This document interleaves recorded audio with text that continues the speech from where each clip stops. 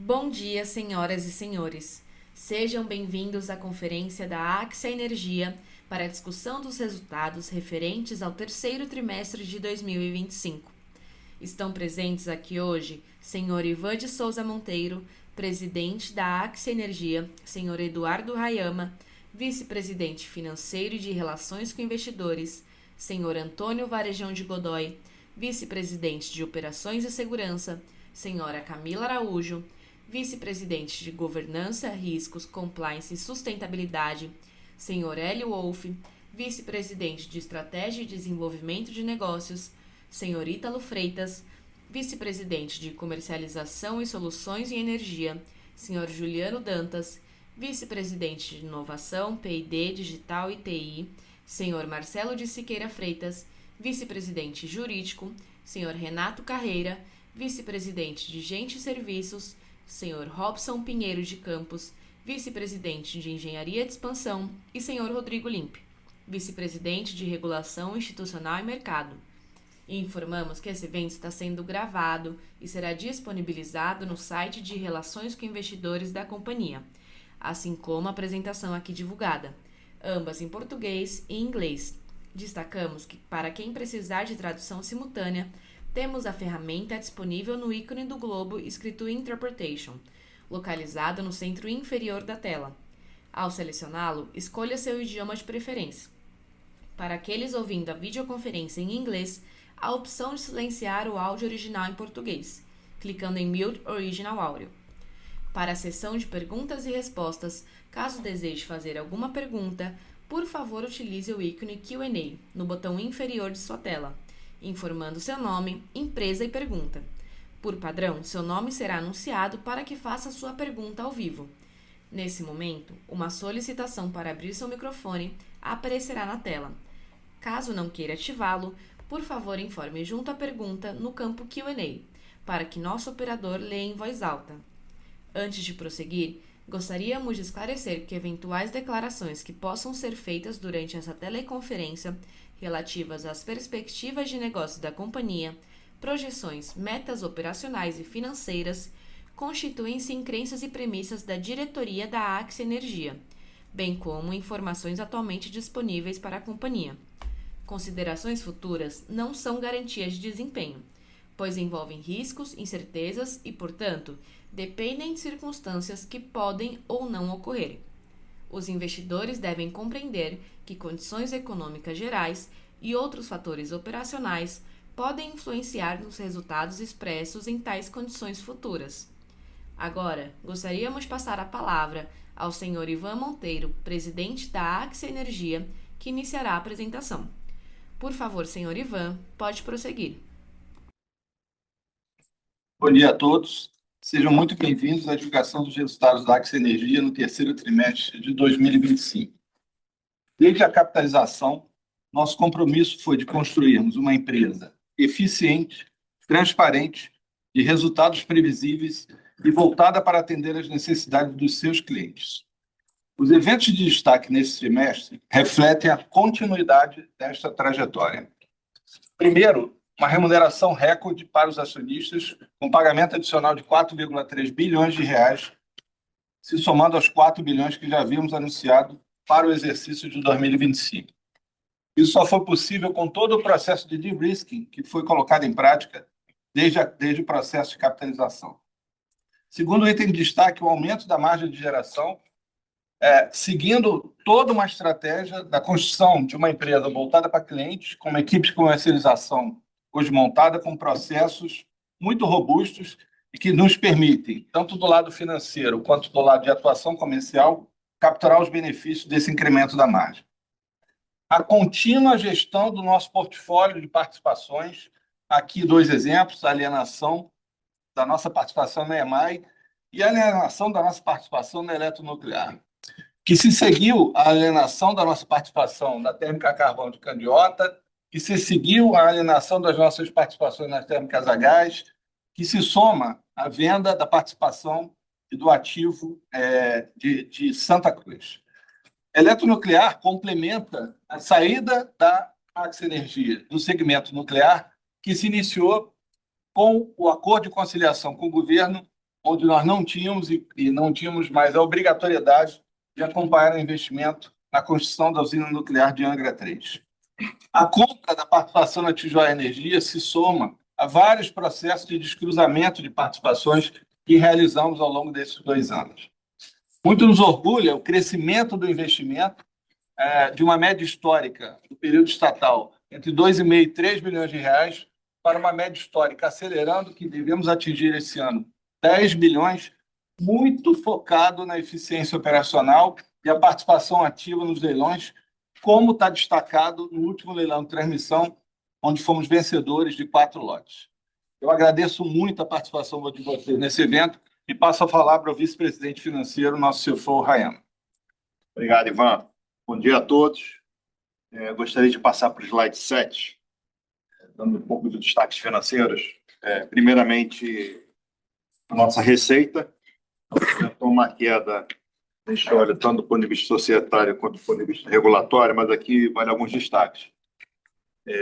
O primeiro deles, na transmissão, a gente teve um incremento de receita em função de já ter passado o período da revisão tarifária de 24 para 25, onde a gente teve um impacto grande da parcela de ajuste, e nesse TRI em diante não tem mais. Mas na geração, como o Ivan bem comentou, a alienação das térmicas, obviamente, ele teve um impacto grande na redução de receita de geração, assim como um efeito que foi meio que extemporâneo com a extensão dos contratos de Tucuruí do terceiro trimestre do ano passado. Em termos de EBITDA, esses impactos são bem menores. Quando a gente olha, principalmente na visão regulatória, nós tivemos uma leve queda do EBITDA, e aí sim, em função da saída das térmicas, que foram quase que todas compensadas pela nossa redução do nosso PMSO, e também aqui com o incremento que nós tivemos aqui com a receita de transmissão. No slide 8, olhando para o lucro, e aqui já uma visão societária em IFRS, nós tivemos um lucro reportado bem inferior ao terceiro tri do ano passado.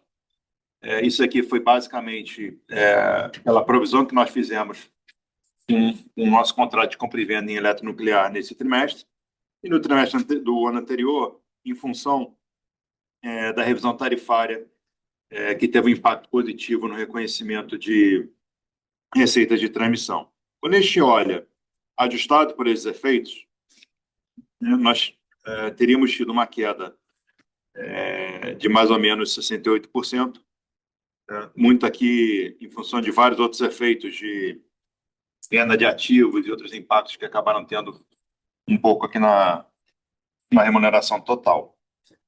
No slide 10, entrando na parte de comercialização de energia, lembrando, né, como é que nós estamos hoje de portfólio no Brasil inteiro, e nós mostramos aqui por região geográfica quanto nós temos de energia disponível e energia que já foi negociada em cada um desses mercados, seja por cotas, seja pela venda no mercado cativo no ACR.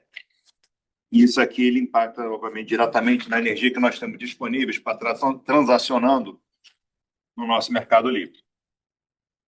No slide 11, mostrando um pouco do balanço energético, nós tivemos um avanço em contratação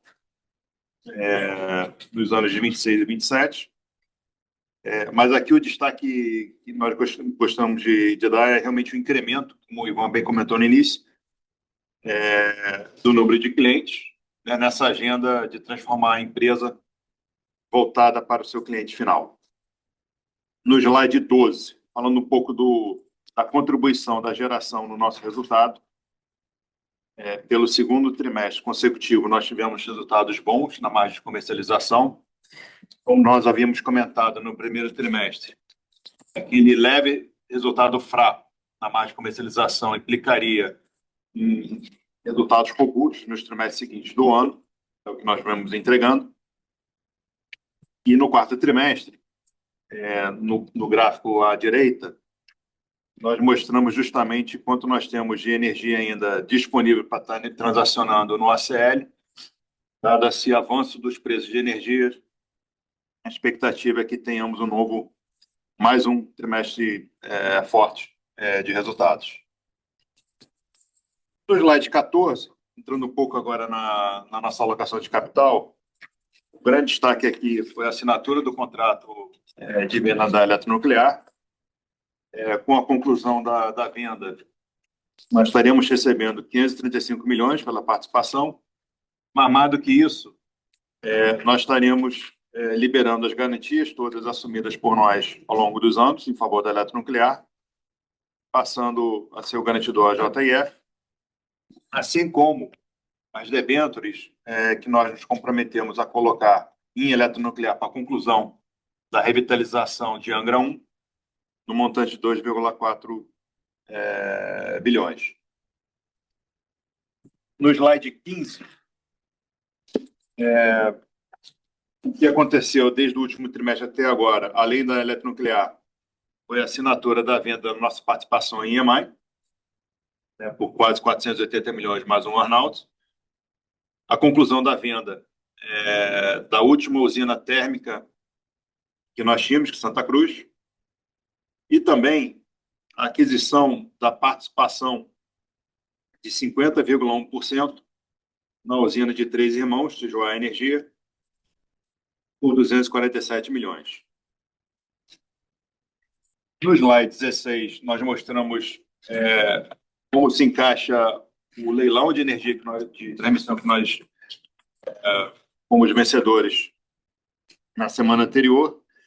Então, está destacado na tabela o montante do investimento previsto pela ANEEL de 1 bilhão e 600 e adicionando 140 milhões de RAP. Então, desde a nossa privatização, entre investimentos já realizados e concluídos, como o PNE e ainda realizar,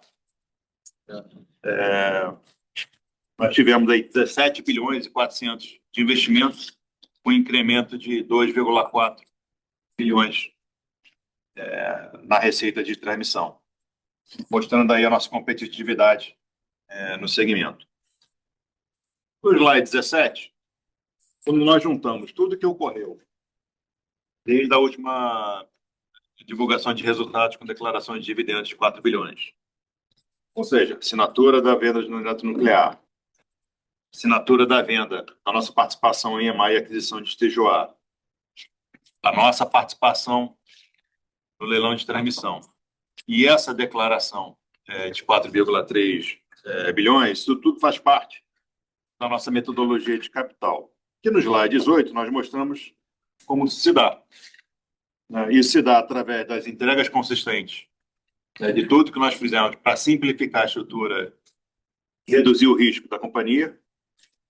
Isso se dá pela resiliência dos preços que nós estamos enxergando em 2026, pelo avanço da nossa venda de energia, e, obviamente, pelo próprio aperfeiçoamento do nosso modelo de preço de energia de longo prazo, que nos permite ter um pouco mais de tranquilidade quando sempre estamos analisando a situação financeira de médio e longo prazo da companhia. Com isso, nós estamos propondo, e foi aprovado, um dividendo adicional de 4,3 bilhões a ser pagos em 19 de dezembro de 2025, totalizando 8,3 bilhões no exercício de 2025. Assim, os dividendos, incluindo o que já foi pago, foi declarado, vão chegar a 4,01, tanto para as ações PNA quanto para as ações PNB, e 3,65 para as ações ONs e Golden Share.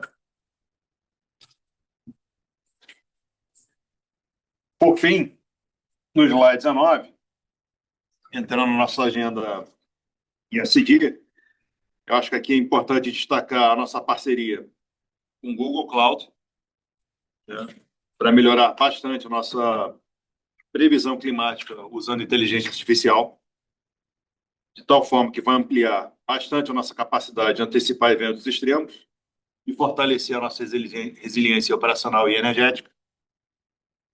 O nosso cuidado com os recursos hídricos iniciando a obra de proteção da nascente do Rio São Francisco, um investimento de 51 milhões na Serra da Canastra, reforçando aqui a nossa conservação hídrica e segurança ambiental, em umas áreas mais emblemáticas do país. E não podia deixar de comentar de novo, né, a conclusão da venda da nossa última térmica, né, no mês de outubro, com isso tornando a empresa 100% geradora de energia limpa, renovável, né, trazendo aqui um protagonismo na nossa transição energética e acelerando a meta para o Net Zero 2030. Por isso eu termino a apresentação. Obrigado.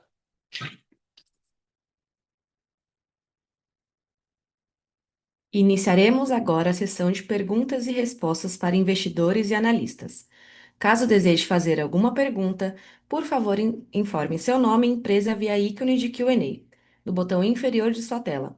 Pedimos por gentileza que façam todas as perguntas de uma vez só, aguardando a resposta da companhia. Para fazer uma pergunta por texto, basta enviar através do ícone Q&A, informando seu nome e empresa. Por favor, aguarde um momento enquanto coletamos as perguntas. Nossa primeira pergunta vem do senhor André Sampaio, do Santander. Senhor André, o seu microfone já está liberado. Boa tarde, pessoal. Eu tenho duas perguntas aqui. A primeira pergunta que eu queria fazer é referente a esse comentário da resiliência de preços de 2026. Queria ouvir um pouquinho de vocês, o que tem passado esse conforto em relação à resiliência de preços, como que vocês estão vendo aqui o período úmido potencialmente impactando a curva de preços para o ano que vem. E minha segunda pergunta, que eu queria perguntar especificamente aqui um pouco na parte estratégica, né? A gente viu uma evolução muito grande, como vocês mesmos comentaram, na redução de risco, né? Com compulsório, eletronuclear, térmicas, acordo com o governo, e parece ter solucionado de fato aí, o grosso dos pontos estratégicos iniciais ali do processo de turnaround desde a privatização. Eu queria ouvir quais seriam esses próximos passos, né? Acho que a gente tem claramente a parte de trading, que todo mundo já sabe. Eu queria ouvir se a gente tem alguma potencial expectativa da volta de migração para o novo mercado como parte desse second step, depois de todo esse de-risk que vocês entregaram nesses últimos anos. Obrigado. André, obrigado. Sobre a questão da resiliência no 2026, eu peço aqui a participação do Rodrigo Limpe. Limpe, por favor. Obrigado pela pergunta. Bom dia. De fato, a gente tem observado, mesmo com uma volatilidade maior nos meses mais curtos, né, a gente tem observado isso muito ao longo do ano. Para 2026, a gente tem observado uma resiliência de preços ali na ordem de 240, às vezes até um pouco acima. Em termos de hidrologia, nós temos um período úmido que já se iniciou, mas iniciou levemente atrasado. Embora agora, ao longo do mês de novembro, temos concretizado algumas chuvas em bacias importantes, mas é importante também a gente destacar que hoje, dentro do modelo de formação de preço, que ele está mais próximo da visão do operador de aversão a risco, hoje mesmo a ENA ela tem uma importância relevante, mas a mudança da nossa matriz, com a maior necessidade de flexibilidade, e também, especialmente nos momentos de ponta, fazem com que, na média, o preço de energia ele tenha se mostrado mais resiliente. Então, mesmo quando no curto prazo, às vezes uma semana, 2 semanas depois, o preço cai, para 2026 as oscilações não têm sido tão relevantes. Obrigado, Limpe. André, em relação à sua segunda pergunta, esse processo se iniciou desde a capitalização, mas, evidentemente, o dia seguinte à capitalização, a gente ainda tem que conviver com vários contratos legados, né, do período estatal e esperar o término, a expiração desses contratos e poder colocar em prática situações novas que requerem e podem ser exercitadas a partir do momento que passa a ser uma empresa privada. Eu acho que o melhor exemplo você mesmo citou, que foi empréstimo compulsório, um trabalho espetacular que foi feito pela área jurídica, em que a gente passou a ter uma abordagem muito ativa, desenvolvemos uma metodologia interna discutida com o Conselho e atuamos na busca de solução, não de postergação, não de procurar recorrer, mas buscar um diálogo com aqueles detentores dos empréstimos, né, dos saldos, dos créditos, e fomos muito felizes nisso. O número que a gente está publicando agora é um número abaixo de 12 bilhões de reais e vamos continuar nessa trajetória. O conjunto de liabilities conhecido, gerenciado e com trajetória de redução. E o que você pode esperar aqui para frente, com a liberação dessa agenda, você mencionou essa agenda de turnaround, uma companhia completamente focada no crescimento do seu negócio. A gente vai olhar muito os próximos leilões e a semelhança do que nós fizemos no leilão de transmissão, você espere ativa participação da Axia Energia nos próximos leilões.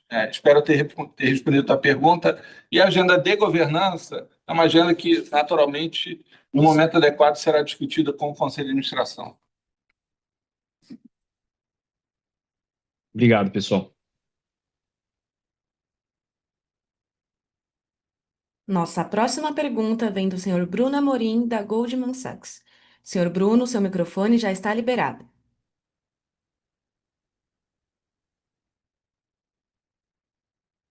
Oi, bom dia a todos. Parabéns pelos resultados. Obrigado pelo espaço para a pergunta.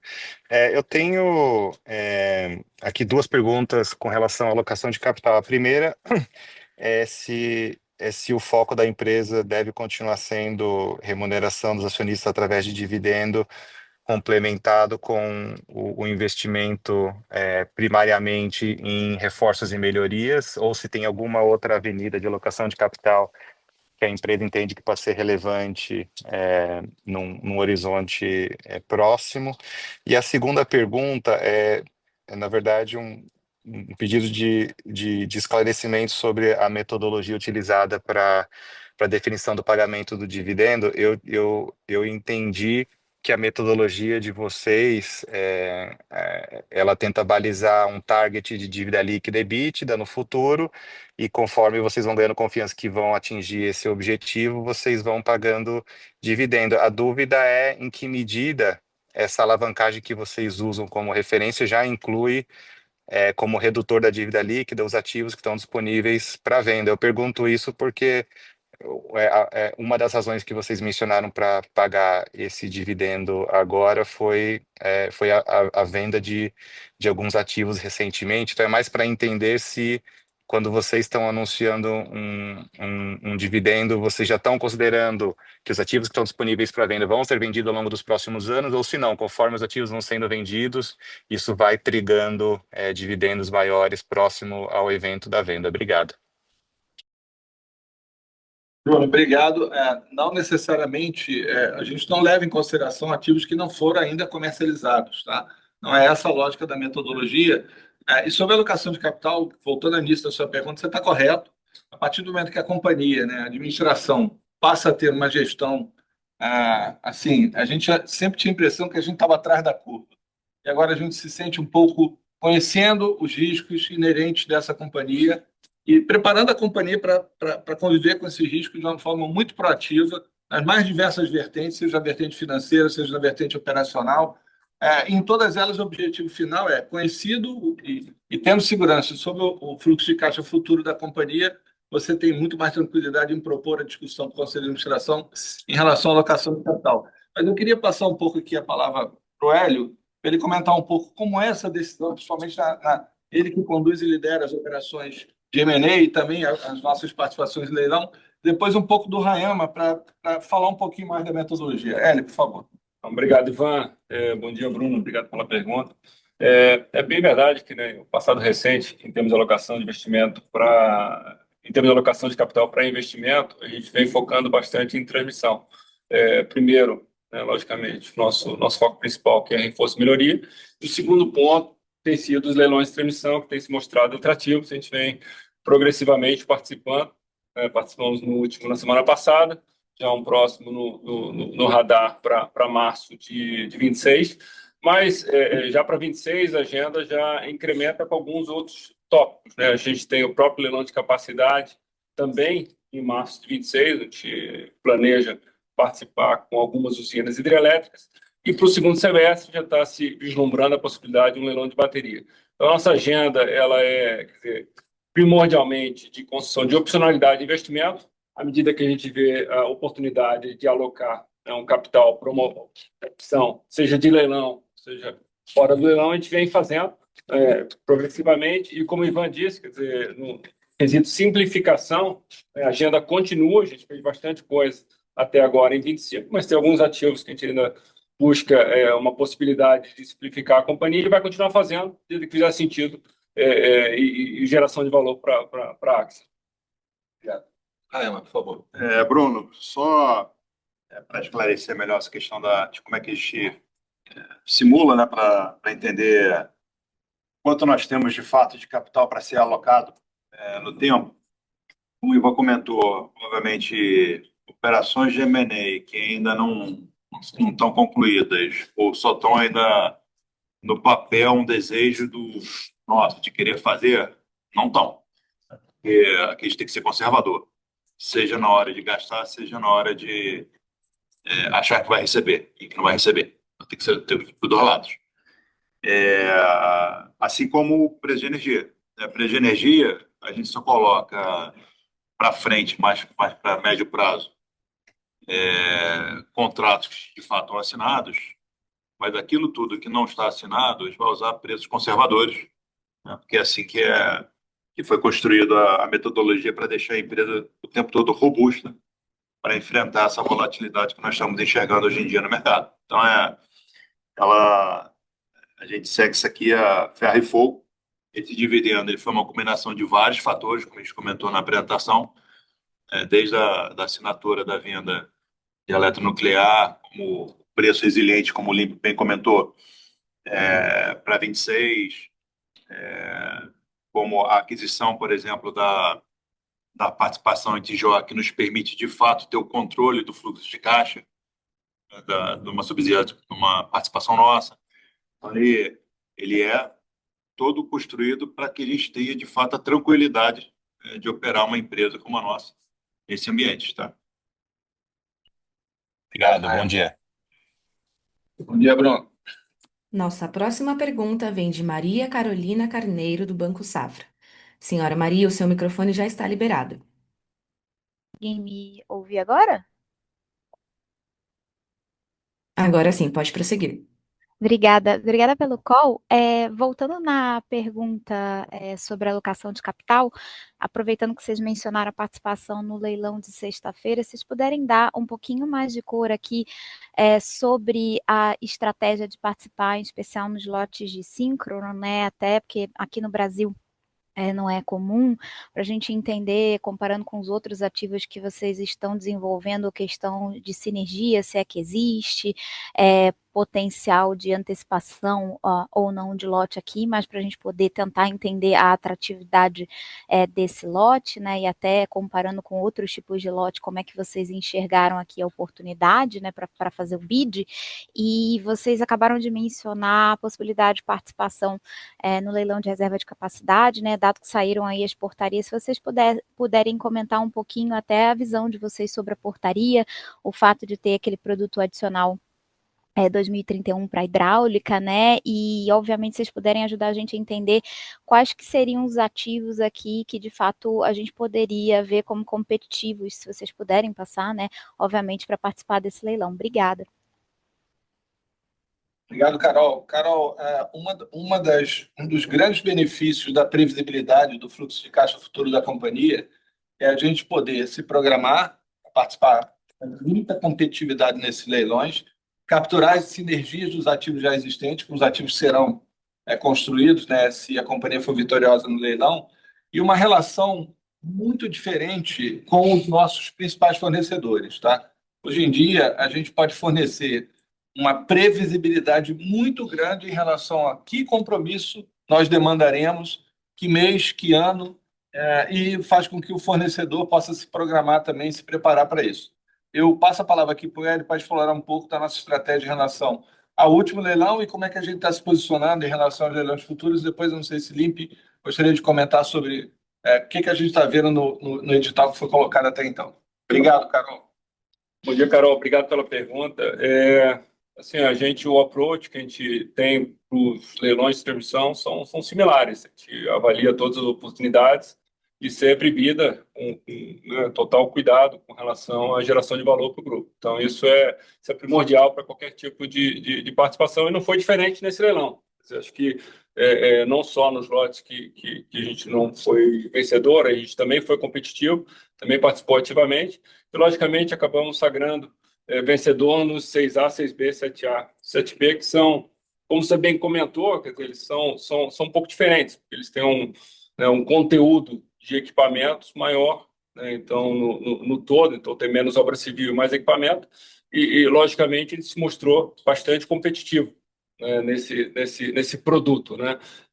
E tentando dar um pouquinho mais de cor, quer dizer, a gente olha para esse leilão de forma muito positiva, né? O resultado efetivo desse leilão nos traz aí um retorno, né, acima de 2 dígitos, né? Que a gente até forma que a gente gosta de abordar é de mid-low teens, né? Quer dizer, então acima de 10%, mas num range de mid-low, então bastante atrativo para o grupo. E, de fato, quando a gente mira já o leilão de março de 26, também tem produtos semelhantes, a gente vai buscar aprender e melhorar a nossa competitividade para poder abordar o leilão e quem sabe, também sagrar vencedor.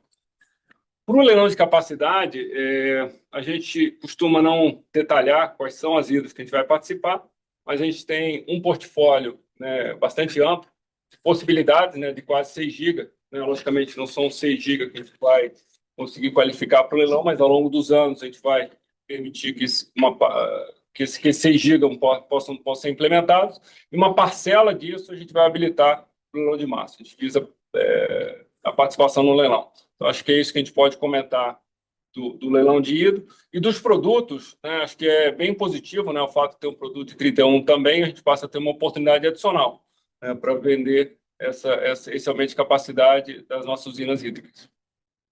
Não, exatamente nesse último comentário do Hélio, que foi o grande avanço para as hidrelétricas em relação à abertura da consulta pública, que previa inicialmente somente a participação em um produto.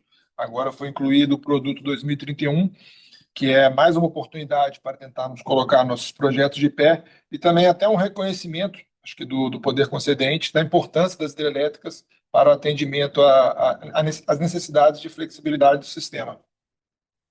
Obrigado, Lipe. Obrigada, pessoal.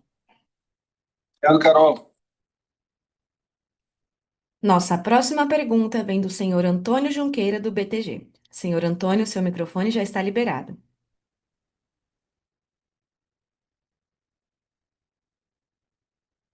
Fala, pessoal, bom dia. Vocês estão me ouvindo, né? Imagino. Pergunta é mais sobre regulação, menos sobre a companhia. Não só a gente teve o edital do leilão de reserva de capacidade, como também teve MP 1304. Queria perguntar para vocês, considerando os textos do jeito que estão, né, considerando nenhuma alteração, nenhum veto no MP 1304,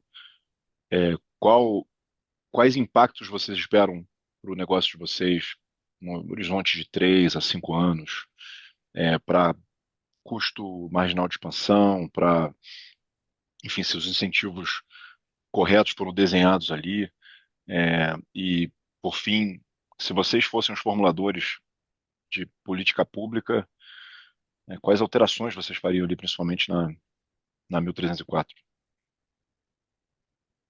História, obrigado. Obrigado pela pergunta. Eu vou passar aqui para o Lipe, por favor. Lipe. Bom dia, Antônio. A pergunta, de fato, que a gente poderia ficar aqui um bom tempo discutindo, mas eu vou tentar ser objetivo aqui na tratativa. Então, resumindo, acho que a medida provisória, a nossa visão global dela, ela é bem positiva. A gente entende que ela vai, de forma geral, olhando as necessidades atuais do setor, na direção correta. O setor hoje ele é marcado por grandes distorções que acabaram afetando e influenciando a expansão de uma forma desordenada, o que acabou gerando diversos problemas que temos enfrentado hoje, como, por exemplo, os cortes de energia, que também é um tema que foi tratado na medida provisória. Então, o texto que foi aprovado no Congresso, ele busca corrigir alguns pontos, como em alguns, de alguma forma, bem positiva, como, por exemplo, o teto da CDE, que a gente entende algo muito importante, visa a redução de subsídios, a limitação dos modelos de autoprodução. A autoprodução hoje, que ela é muito diferente do conceito original da autoprodução, né, que o consumidor ele buscava um modelo de autoprodução para ter previsibilidade dos custos. Hoje não, hoje é basicamente um modelo para ele não pagar encargos. Então a medida traz algumas limitações que são positivas, e um dos pontos que o setor precisa evoluir para organizar a expansão é no sinal de preço, formação de preço. Então, nesse sentido, a medida provisória ela traz diretrizes muito importantes que não são auto-aplicáveis, claro que precisa de um detalhamento metodológico, às vezes de regulamentação, mas de caminhar para termos um modelo de formação de preço mais alinhado com as necessidades reais do sistema. Então, tem temas ali, como, por exemplo, a expansão, que a ANEEL vai regulamentar os requisitos de confiabilidade, flexibilidade, que a gente entende conceitualmente muito positivo, mas demandarão ainda alguns ajustes. Um outro tema que já era bastante discutido no setor há bastante tempo, estava em um grau de maturidade, acho que robusto para ser aprovado, que é a abertura total do mercado. Então, a abertura proposta, ela, na nossa visão, endereça os temas, principalmente de sustentabilidade da distribuidora e um olhar para o consumidor, aquele que não vai migrar, para que a abertura ela ocorra pelas razões corretas, para maior flexibilidade, competitividade, e não simplesmente para deixar uma conta para o consumidor cativo. Então, a gente entende que e o cronograma também, a gente entende que é adequado às necessidades do sistema. Aí tem alguns pontos que acabam gerando mais polêmica e que foram incluídos na medida provisória, que foi a geração distribuída, que no final tinha uma proposta de uma cobrança para novos projetos de geração distribuída, que no plenário esse tema foi excluído do texto. Entendemos que hoje a expansão da geração distribuída ela acontece sem essa sinalização adequada de preço, diferente dos projetos centralizados, que hoje já percebem e já sinalizam, até com as mudanças já aprovadas de redução de desconto no fio e outras mudanças, já possuem mais esse sinal de preço para avançar ou não nos projetos. A geração distribuída, na nossa percepção, ainda precisa de algum desenho de modelagem que traga mais racionalidade para a expansão. E tem a discussão, talvez um dos temas mais debatidos no setor, que é a discussão de ressarcimento do curtailment, que é um tema que hoje afeta muitos geradores, principalmente eólicos e solares, e de fato buscou-se uma solução. Aí agora o governo tem a prerrogativa de sancionar ou vetar. Acabaram ficando dois textos na medida provisória, um texto da comissão e um texto que foi incluído no plenário. Eu não diria que eles são conflitantes, eles até podem conviver, mas acabam tendo algumas contradições. E nesse tema é importante, acho que certamente o Poder Executivo vai fazer essa avaliação de buscar uma solução equilibrada, buscando alocar ali adequadamente o que é risco do gerador e o que não é risco do gerador, que poderia ser repassado para o consumidor. De fato, é um tema que precisa, acho que, de um olhar, né? O Congresso teve esse olhar, mas é importante que esse olhar seja equilibrado, né? Para não alocar no consumidor custos que sejam gerenciáveis pelo gerador, ou pelo menos melhor previstos pelos geradores de energia. Em relação, bom, obrigado pelas respostas. Em relação só para concluir, em relação à GD, que não foi freada, você acha que o freio da GD ele tende a acontecer só quando o Brasil tiver um problema sério, tiver um apagão, tipo aquele fatídico Dia dos Pais que quase teve? Ou dá para evitar isso sem uma alteração regulatória? Então, o texto da medida provisória, o formulador de política, ele optou por retirar a questão da cobrança da geração dos novos projetos de geração distribuída. É claro que tem que ser observada a questão da segurança jurídica, né, de investimentos que foram feitos de acordo com a regra, mas tem também a própria discussão da CDE, que ela acaba, de uma certa forma, também colocando limites ali, inclusive na geração distribuída. É importante buscar esse equilíbrio na expansão.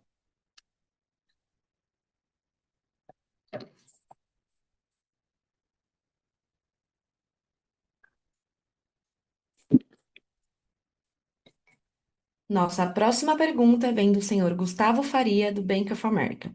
Senhor Gustavo, seu microfone já está liberado.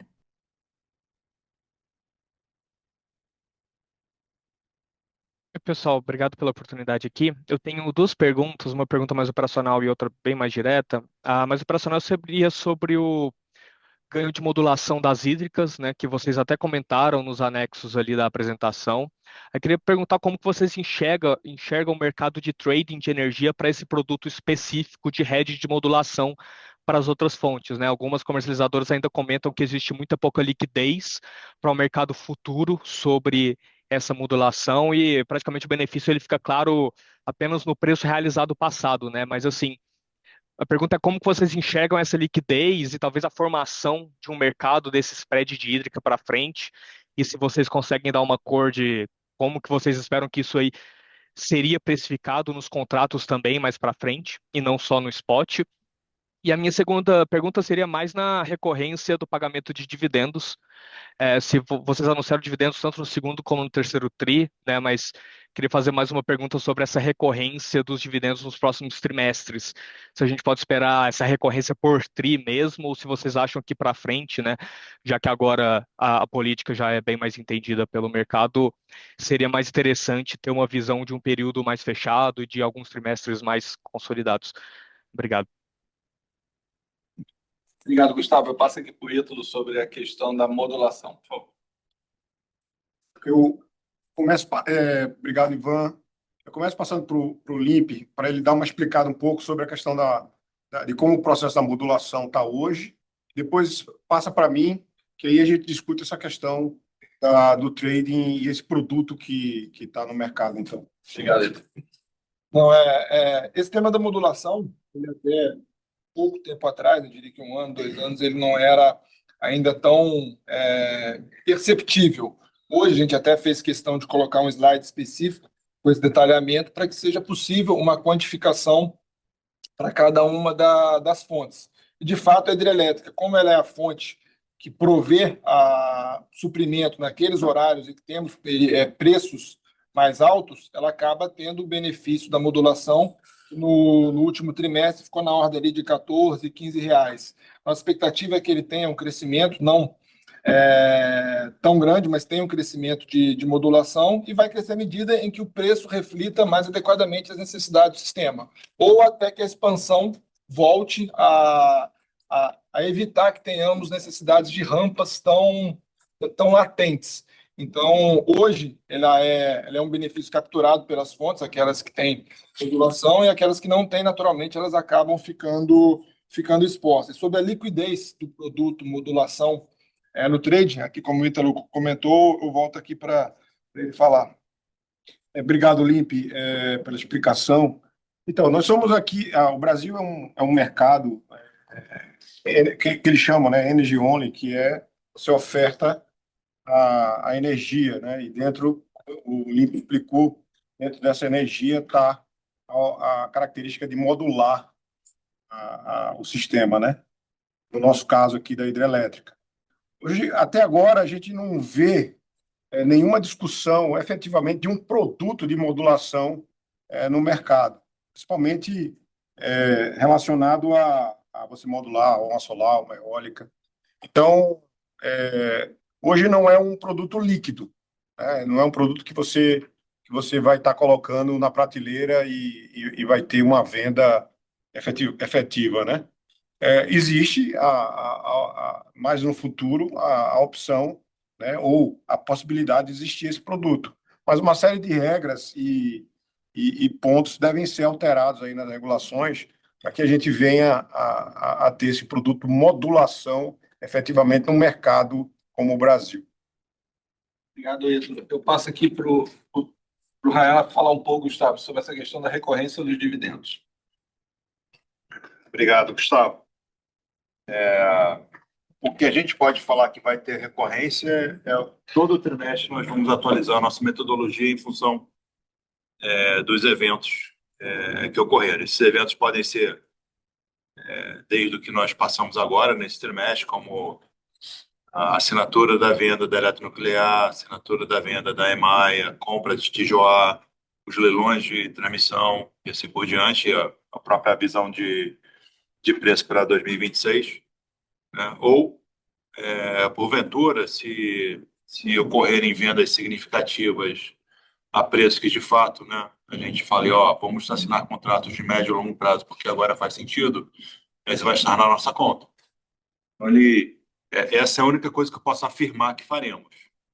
Daí a pagar o dividendo todo trimestre, com base nisso, é o modelo que vai dizer. É essa disciplina que a gente se impõe para estar mantendo a empresa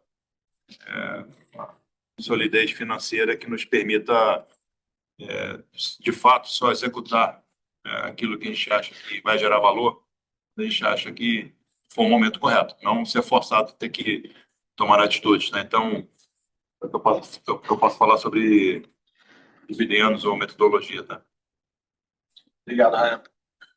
Não, perfeito, super claro. Obrigado, pessoal. Nossa próxima pergunta vem de Isabela Pacheco, do Bank of America. Ela tem duas perguntas. A primeira é: qual o nível de alavancagem vocês acreditam alcançar até o final de 2026? E a segunda é: qual a mínima posição de caixa que vocês se sentem confortáveis? Existe alguma política relacionada a isso?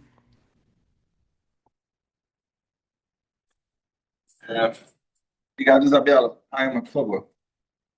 Pois, Isabela, se eu depreendi da pergunta, só para ter certeza, você está olhando 26 como se isso aqui fosse um impeditivo ou não para a gente estar declarando novos dividendos ou novas alocações de capital em si. A nossa metodologia, a gente não está olhando o curto prazo, a gente está olhando sempre o médio prazo.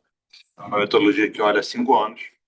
E a gente tem esse conforto de olhar 5 anos porque é uma empresa que a gente gera muito caixa. Então, a gente tem a certeza que a cada ano que vai passando, se a gente não estiver alocando, a nossa alavancagem ela vai despencando. Então, ela dá esse conforto. Dito isto, se for olhar 2026, a nossa alavancagem não deve ser muito diferente como a gente vai terminar agora, terminando 2025. Isso porque em 2026, além dos investimentos que nós já estamos fazendo esse ano, e alguns deles vão desaparecer, como o TNE, o Chile já não entrou, e os investimentos, ano que vem a gente começa a estar investindo naquele leilão que nós ganhamos lá em 2024. Então, o pico, mais ou menos, do investimento ocorrerá em 26 e terminaria em 27. Então, ele acaba que o investimento global ele não muda muito. Se o patamar de juros permanecer no patamar atual, então é de se esperar que a dinâmica vai ser muito parecida.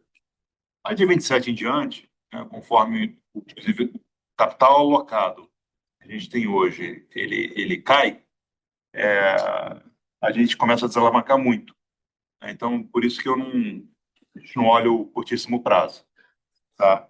Em termos de liquidez, dado que a gente fez tanto movimento para redução de risco, obviamente a liquidez que a gente se forçava a ter no início do ano, no ano anterior, essa necessidade diminuiu bem em função dos vários eventos que ocorreram nos últimos anos, principalmente nesse ano.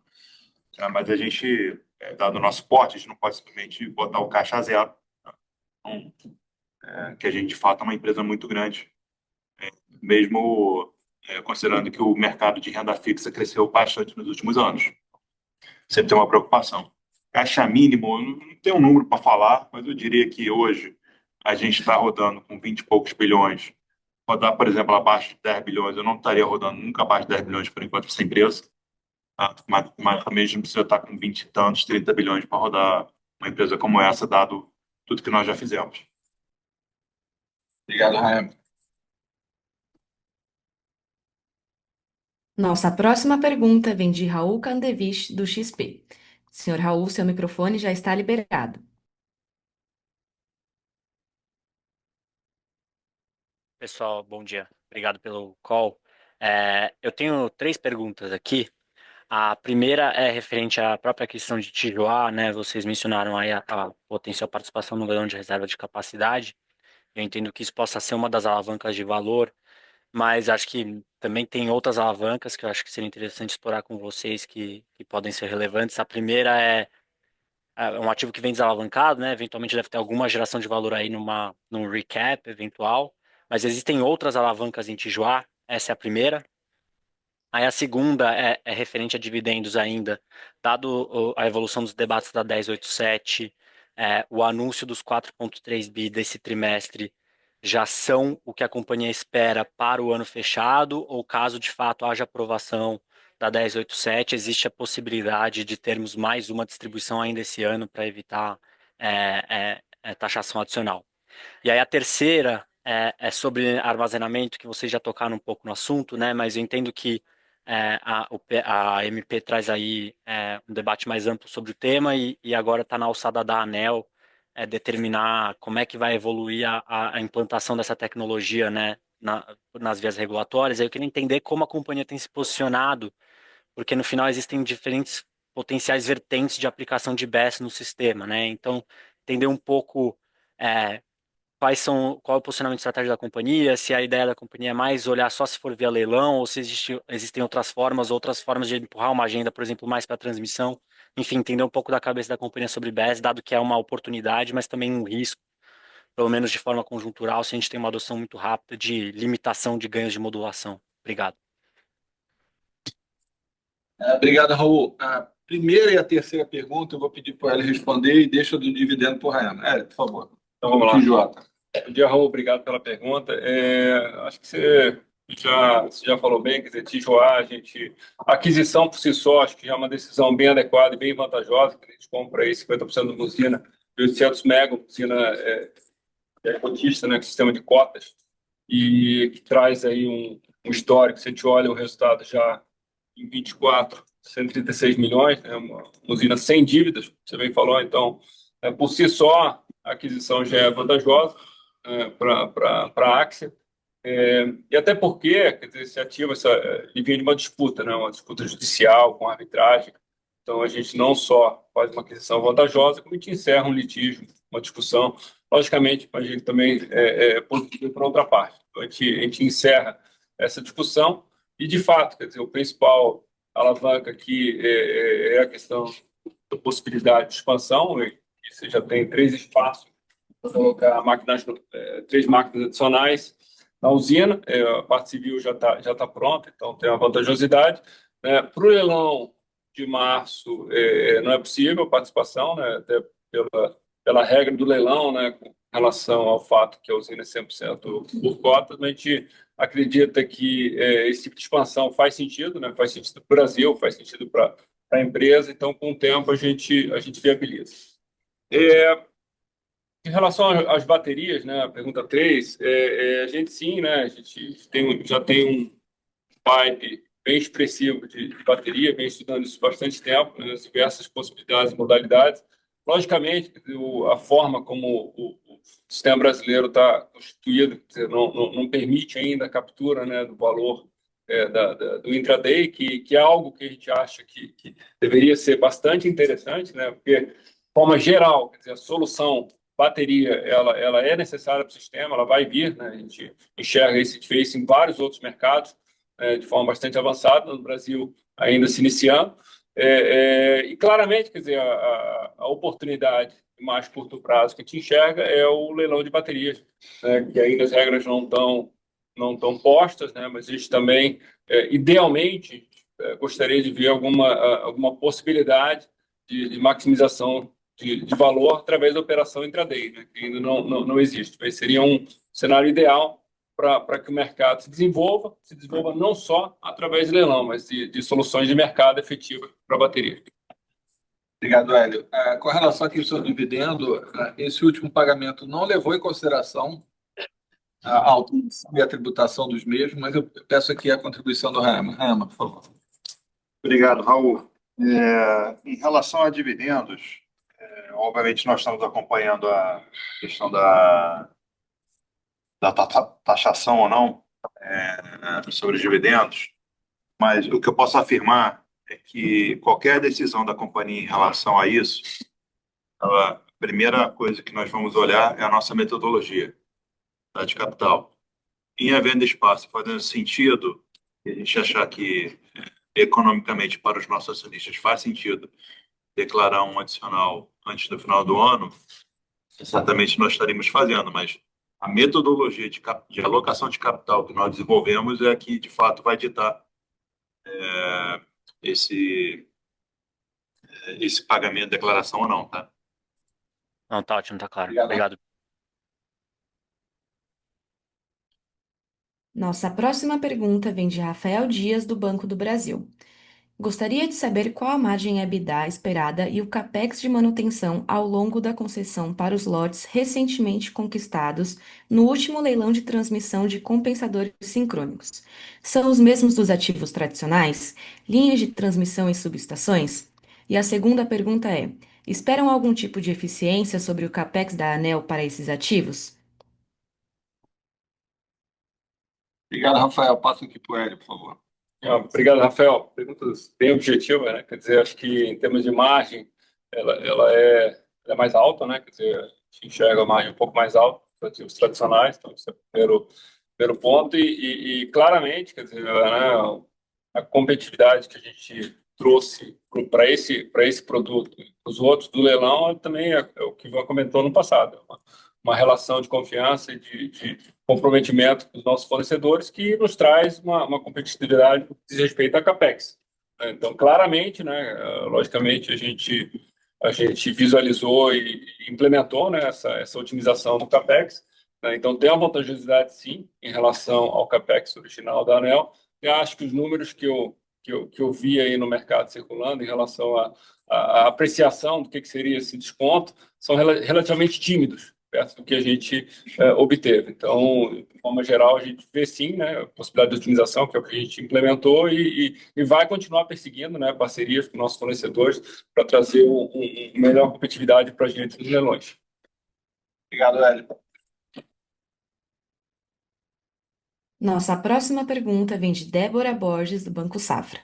Bom dia a todos. Gostaria de agradecer as informações prestadas. Tenho duas perguntas. A primeira com relação à eletronuclear, dado que a mesma necessita de aportes urgentes. Até o fechamento da transação, da Axia Energia fará algum aporte na mesma? E a segunda pergunta é sobre a dinâmica de preços. Ainda observamos preços praticados abaixo dos pares. Gostaria que comentassem essa dinâmica e como a companhia entende que pode trabalhar essa dinâmica de preços. Obrigada.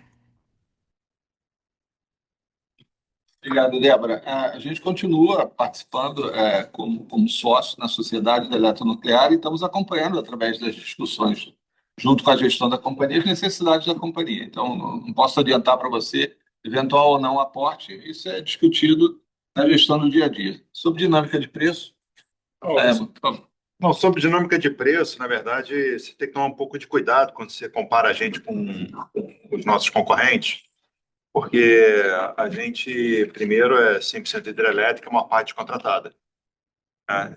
Enquanto os concorrentes já têm contratos, alguns de médio e longo prazo, foram assinados bem antes, e pode ter pegado alguns momentos que podem estar com preços mais altos, mas que, quando você olha por dentro, de fato, né, o produto hidrelétrica, na verdade, eu acho que os nossos preços estão acima.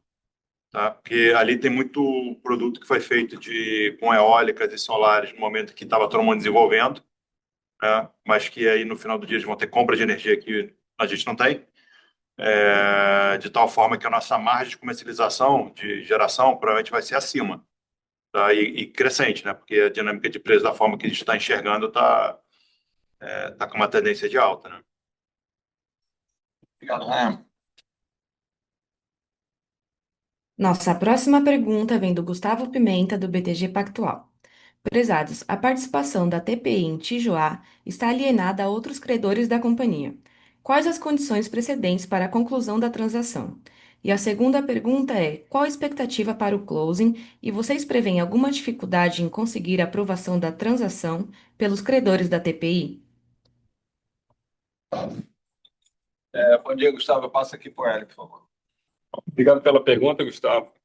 Não, logicamente, quer dizer, qualquer alienação requer liberação, né, quer dizer, dos credores, é natural. Isso corre o rito normal. Para isso, logicamente, é uma condição. Condição para fechar a operação passa por isso, mas passa por isso, passa por CAD, passa por ANEEL. É isso que a gente enxerga, né, como as condições para poder fechar essa transação. Se não espera nenhum contratempo, quer dizer, os processos já estão em andamento e timing específico é difícil de precisar, mas eu imagino aí algo mais longo que 2, 3 meses para a gente poder concluir essa operação, que é o prazo natural, né, para esse tipo de deal. Tá? Obrigado, Ed. A sessão de perguntas e respostas está encerrada. Gostaríamos de passar a palavra ao senhor Ivan Monteiro para que faça as considerações finais da companhia. Bom, agradeço pela participação de todos e dúvidas adicionais, por favor, entre em contato com a nossa área de relação com investidores. Muito obrigado, boa tarde a todos. A conferência da Axe Energia está encerrada. Agradecemos a participação de todos e tenham um bom dia.